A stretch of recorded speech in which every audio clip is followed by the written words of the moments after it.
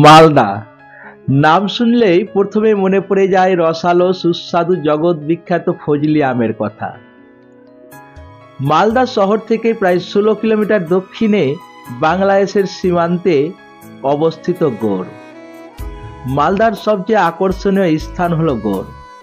রাজা শশাঙ্কের রাজধানী হিসাবে গৌড় সবচেয়ে বেশি পরিচিতি লাভ করে। বেশ কয়েক শতক ধরেই তা ছিল প্রাচীন বাংলার রাজধানী।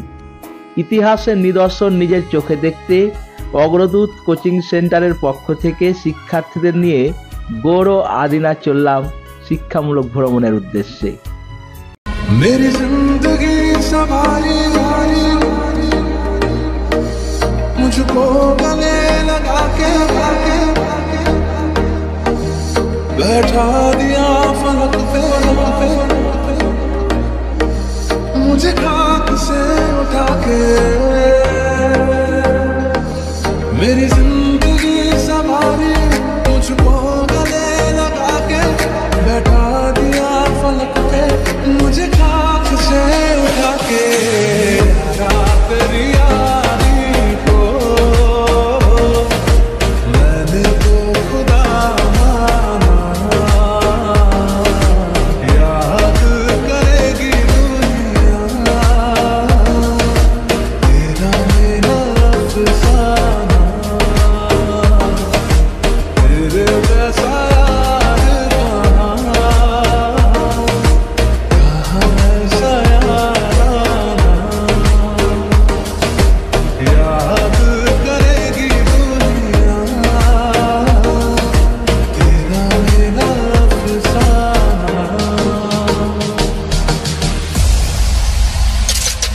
मेरे दिल की ये दुआ है कभी दूर तू न जाए तेरे बिना हो जीना वो दिल कभी न आए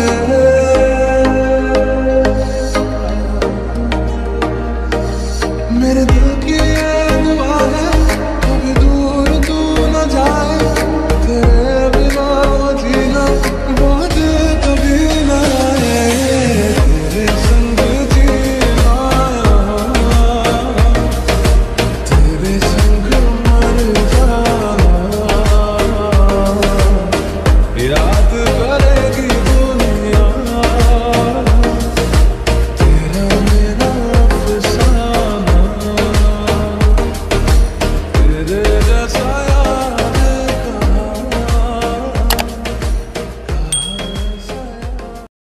দাও ফিরে সে অরণ্য লও এ নগর। মূল ভাব, নাগরিক জীবনে মানুষ যন্ত্রে পরিণত হয়েছে। শহরের চার দেয়ালের মধ্যে বন্দি থেকে মানুষ আজ হাঁপিয়ে উঠেছে। তাই আজ তাদের কাম্য অতীতের সেই শান্ত জীবন।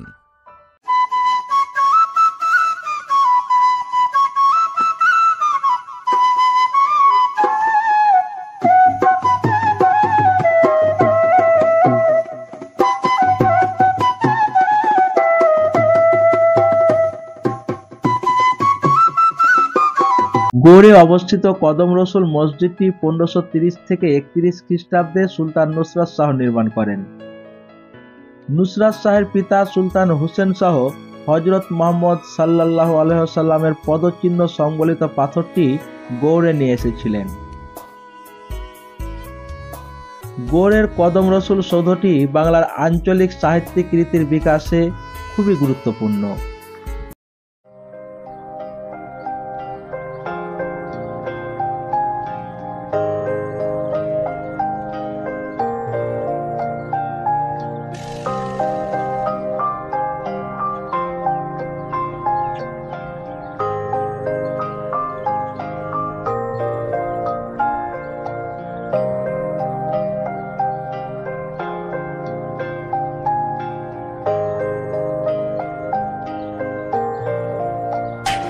चन्ना मेरे चन्ना मेरे चन्ना मेरे बेलिया।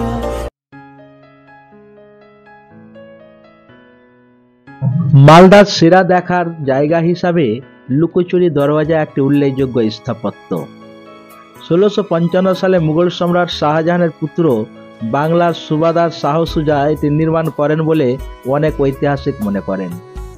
এখানেই তিনি নাকি বেগমদের সাথে লুকোচুরি খেলতেন। আবার কিছু ঐতিহাসিক বলেন যে এটি নির্মাণ করেছিলেন আলাউদ্দিন হোসেন শাহ 1522 সালে। তৎকালীন মুঘল স্থাপত্য শৈলীর এক অন্যতম নিদর্শন ছিল এই লুকোচুরি দরওয়াজাটি।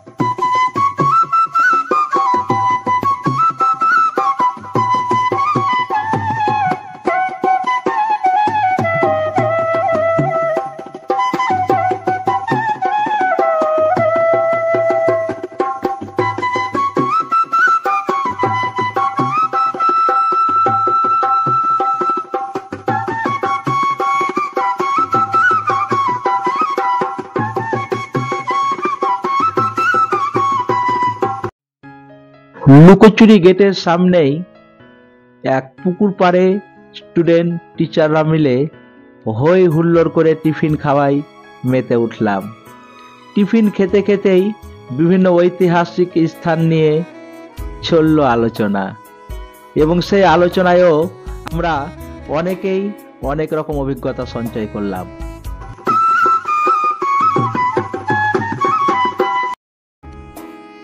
গৌড়ের আরো একটি দর্শনীয় নিদর্শন হলো চিকা মসজিদ।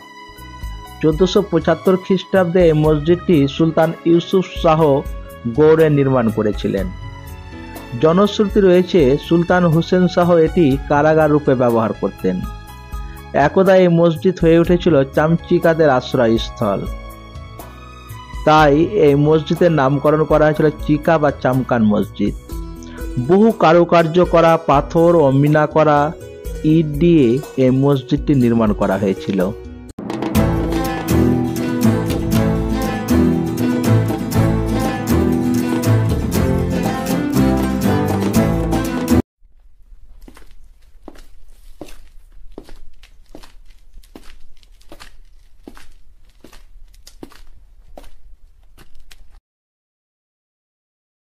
মাহাদীপুর হল ভারতের পশ্চিমবঙ্গ রাজ্যের মালদা জেলার মালদা সদর মহকুমার ইংরেজি বাজার সিডি ব্লকের একটি গ্রাম, এবং এটি বাংলাদেশ চাঁপাই নবাবগঞ্জ জেলার সোনা মসজিদের সাথে বাংলাদেশ ভারত সীমান্তের ভারতীয় দিকে একটি সীমান্ত চৌকি।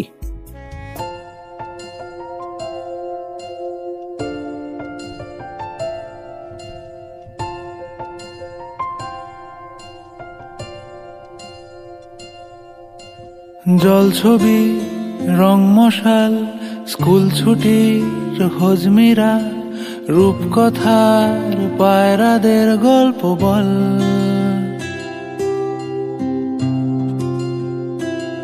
বন্ধু চল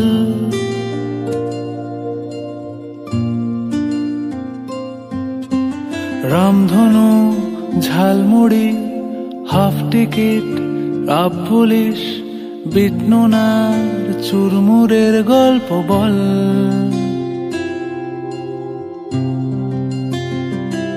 বন্ধু চল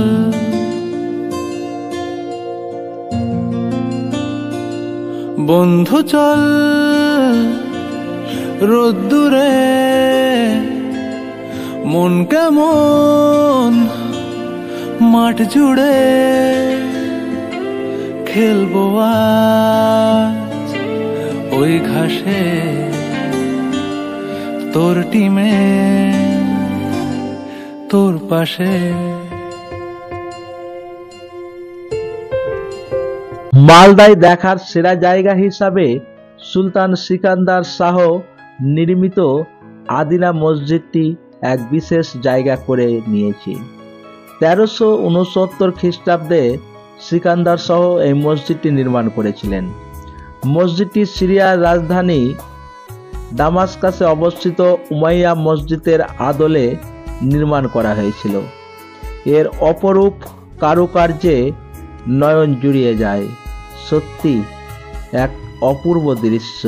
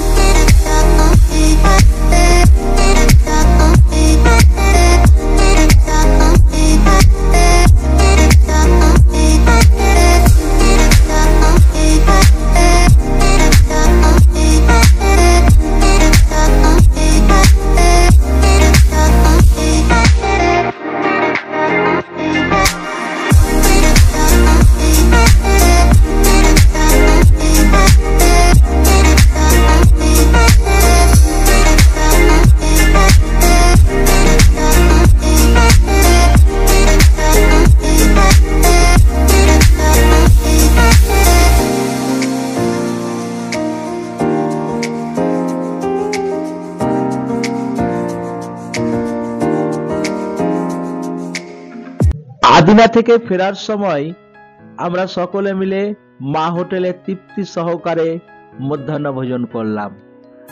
যদিও তখন সন্ধ্যা নেমে এসেছিল প্রায়। এরপর সেখান থেকে পেট পুড়ে খাওয়া দাওয়া করে আমরা এবার বাড়ির পথে রওনা দিলাম।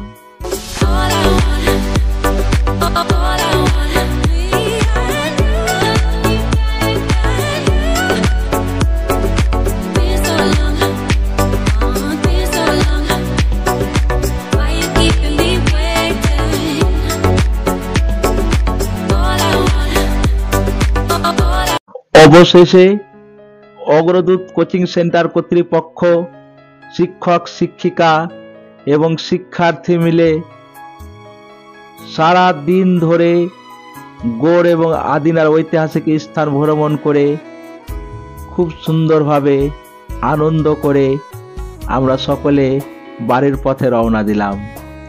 খুব সুন্দর একটা দিন, খুব আনন্দপূর্ণ একটি দিন, খুব স্মরণীয় একটি দিন হয়ে থাকবে এই 14ই জানুয়ারি রবিবার। ধন্যবাদ। সকলে ভালো থাকবেন এবং সুযোগ পেলে শিক্ষার্থীদের বিভিন্ন ঐতিহাসিক স্থান ভ্রমণে নিয়ে যান। তাদের ভ্রমণ পিপাসু করে তুলুন। তার ইতিহাস জানুক, বুঝুক এবং স্বচক্ষে দেখুক। আবারও সকলকে ধন্যবাদ।